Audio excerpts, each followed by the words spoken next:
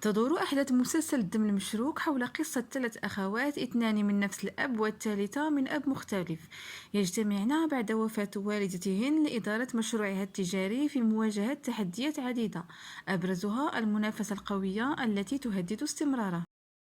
المسلسل مزيج درامي غني يضم مشاهد رومانسية ومواقف حب وخيانة وإحباطات تضع الشخصيات في اختبارات متتالية.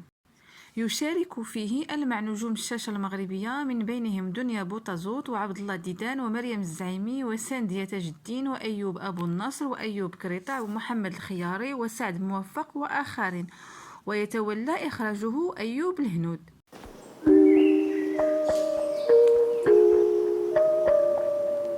من المتوقع عرض الدم المشروق خلال شهر رمضان المقبل على القناة الثانية.